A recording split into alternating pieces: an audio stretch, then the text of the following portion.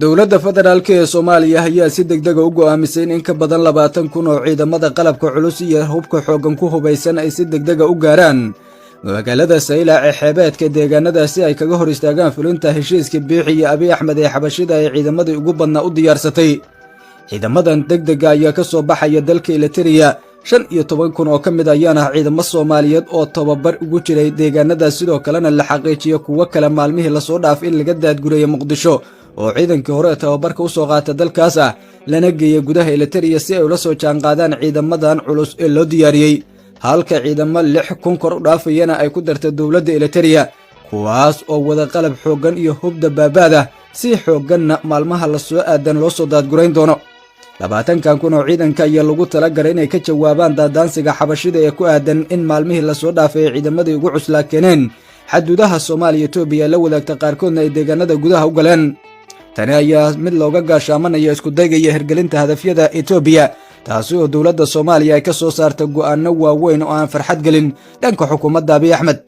xogtii ugu dambeysay ciidankan dowladda Eritrea oo Soomaaliya Eritreyaan isugu jira ay diyaarisay ayaa horseed u noqonaya mar kale cabsi iyo walaac xoogan ku abuuray xukuumadda Abiy Ahmed maadaama Eritrea qayb ka tahay dowladaha casharada adeegsidaha dagaalka Itoobiyaanka ugu dhigay si lamida Soomaaliya horay dagaalo uga dhacay badihii ay lahaydna kaga saaray. madaxweynaha dalka Eritrea dhawaan safar uu ku tagay ee dalka Masar iyo asagii Cabdi Fataax al-Siisi waxay hoosta ka xariiqeen in si degdeg ah looga jawaabo daandaasiga Itoobiya haddii xeebaha badda cas ee gaartay iyo biyaha Itoobiyana ay tahay labada dal ee ugu horeysay ee saameynta ku yeelanayso Eritrea Masar marka laga soo tago Soomaaliya waxayna dhinacyadan xuseen inay mudan tahay xilligan in si adag looga jawaabo lagana hortago isku dayga guraacan ee xabashida ay waxan qaltaagayaan deegaanadaas. dowladda Eritrea oo ka jawaabaysa guud ahaanba fashilantii iyo isku dayga xabashida xilligan ee waxan qaltaagayaan deegaanadaas ayaa qaaday tilaabo military oo xooggan.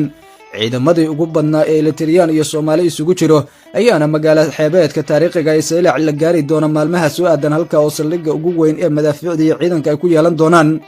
tani waa mar kale cabsi iyo walaac xoogan oo u soo hooyatay dhanka xukuumadda Abiy Ahmed sababna u noqon karta in ciidamadeeda si degdeg ah isaga baxaan deegaanadaasi. dhanka Djibouti markaana aadna xaduudaha la wadaagta Soomaaliya iyo Itoobiya iyo si aad u xirtay maadaama ay ka gaashaamanayso in dagaalada dhici kara ay saameyn ku yeeshaan sidoo kalena Itoobiyaanka ay dhankooda qatar amni ka soo wajihi karto. tilaabooyinka degdega iyo istiraatiijiyadan military ay dejisay dowladda federaalka ee Soomaaliya iyo ciidamadii ugu badnaa Itoobiya halgan la dagaalami lahaa oo lagu diga horaantoodii lagu diyaariyay gudaha Eritrea ayaa horseed u noqonaya mar kale cabsi iyo walaac xoogan oo Itoobiya ay ka wajahayso deegaanadaasi. dhanka kale ciidanka Itoobiya waxay gudaha u galeen gobolka Awdal deegaano ka tirsan. tani waxay xaqiijinaysaa saraakiil iyo dadka deegaanka goobahaasi ku sugnaa waxaana la sheegay maalmihii la soo dhaafay inay ciidamadan oo xadka ay la wadaagta dowlad deegaanka goboladaasi ay ku diyaar garoobayaan. kuwaan ayaa ku wajahan lughaye deegaanka Sheekh Cali iyo deegaano kale oo xeebeedka waana halka Muuse Biixi u calaamadeeyay Itoobiyaanka in 20 kilomitir konton sano laga kireenayo iyo saldhig ciidan balse xabashida sida iyaga ay doonayaan ah inay goobtaasi ay milkiyaan. ciidamadan Itoobiyaanka ee gudaha u galay ee gudaha Soomaaliya ayaa kuwa ka jawaabaya fulinta heshiis beeneedka ee Muuse Biixi iyo Abiy Ahmed oo dhankooda wali aan heshiis buuxo oo rasmi ah aan u bedelin balse maalmaha soo aadan ayaa la hadalhaya in dhinacyadan ay iska hor imaan karaan ama ay fulin karaan inta dhiman heshiisyadaas walow dowladda federaalka ee Soomaaliya ay qaadaysa tilaabooyin degdeg ah oo looga jawaabayo hirgelinta isku day kasta oo xilligan u muuqan karo heshiis dhaqan gali karo. dowladda federaalka ee Soomaaliya ayaa mar kale hoosta ka xariiqda muhiimadda ay leedahay ilaalinta madax bannaanida Jamhuuriyadda Soomaaliya dhawritaanka dalka iyo inaysan jirin cid xilligan ku xadgudbi karta taas oo meel adag ay ka istaageen madax iyo shacabba.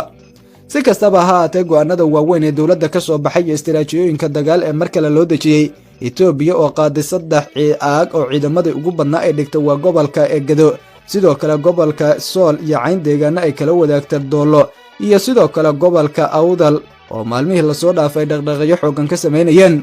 dowladda Soomaaliya ayaa qaadaysa tilaabo culus oo mar kale looga gaashaamanayo isku dayga xabashida iyo in ay sii dhaqaaqaan ciidamadooda. tan ayaana horseed u noqon karta mar kale inay dhabarka guuldarro weyn ay saarato xukuumadda Abiy Ahmed oo iyadoon hirgelin hadafyadeeda iyo qorshaha la xiriira go'aanadeeda qaraska tuurnimada ee adduunka ay kaga xalaalaysanayso ama ay ka iibinayso inay hirgasho. dowladda federaalka ee Soomaaliya waxa ay qaadaysaa tilaabo kasta oo lagu rumayn karo fashilinta isku dayga Abiy Ahmed taasi oo muuqato in si degdeg ah looga jawaabayo.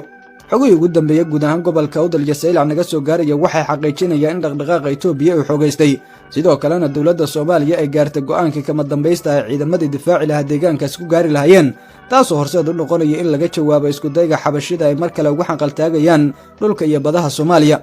dawladda Soomaaliya waxa ay gaartay go'aan kama dambaysa waxayna ku dhawaaqday howlgal militari oo xoogan oo dalka iyo deegaanka looga difaacayo. Itoobiyana waxaa lagu tilmaamay cadawga labaad ee Soomaaliya marka laga soo tago kooxda shabaab iyo dhinacyada kale ee hubeysan ee ka dagaalama gudaha Soomaaliya. dawladda Turkiga ayaa la xaqiijiyay in guutooyinka ciidamadii ugu badnaa ee heegan u ah difaacitaanka iyo ilaalinta biyaha Soomaaliya inay ka soo dhaqaaqeen Ankara iyo xuduudaha ee dawladdaasi badda. ciidamadan ayaa ku soo jahaysta marinada biyaha Soomaaliya ee badda Cas iyo Hindiya kuwaas oo si degdeg kaga jawaabaya maalmihii la soo dhaafay qorshaha Abiy Ahmed oo xogeystay. dawladda Turkiga ayaa mar sii horeysay heshiis militari oo xoogan iyo difaac la gasho Soomaaliya ka oo sabab noqon kara in ay meesha isaga baxdo riyada Abiy Ahmed oo ilaa hadda u muuqata mid lagu shirqoolayo in ay ku baabi'iyo dawladda Itoobiya. degniinaha ku aadan inaysan Soomaaliya xilligan dagaal ku qaadin xabashida ayaa xoogeysatay balse Abiy Ahmed ilaa hadda waxaa muuqatay in uu u xaqaltaagayo hirgelinta qorshihii la xiriiray heshiiska isaga iyo Biixi dhexmaray. Soomaaliya oo madaxweynahooda xilligan uu ku sugan yahay dalka Turkiga ayaa mar kale hoosta ka xariiqin si degdeg looga jawaabayo isku dayga xabashida ciidamadii ugu badnaa ayana dawladda Turkiga iyo maraakiibta dagaalka hubka culus xambaare ee badda hoosteeda quus ay soo dirtay. kuwan ayaa saldhigga ugu horeeya ku yeelan doona Lughaye iyo Saylac waana caqabad xoogan oo Itoobiya soo wajahday kuna hirgelin karin aragtideeda siyaasiga iyo midda dagaal ee xilligan ay bad iyo bari Soomaaliya ay doonayso inay ku qabsato. wararkii ugu dambeeyay deegaanka naga soo gaaraya Itoobiya oo markii hore garab ka filanaysa Somaliland waxaa ku kaliyoobay hogaamiyaha maamulkaas waxaana garabkiisa ka baxay bulshada deegaanada Itoobiya degan taasi oo mas'uul iyo shacab ay isku raaceen inay difaacanayaan bari iyo badba. marka laga soo tago go'aanka iyo howlgalka militari ee Soomaaliya Itoobiya ay kala hortagayso shacabka ayaa qorigooda qaatay waana caqabad kale oo Muuse Biixi iyo sidoo kale Abiy Ahmed mar kale soo wajahday. tilaabooyinka degdega ee Soomaaliya iyo saaxiibadeeda caalamka wadamada dariska la ah ay qaadayaan ayaa horseed u noqda mar kale cabsi iyo walaac xoogan oo soo wajahda xukuumadda Abiy Ahmed kuna hirgelin karin qorshayaasheeda istiraatiijiyadeed ee dagaal.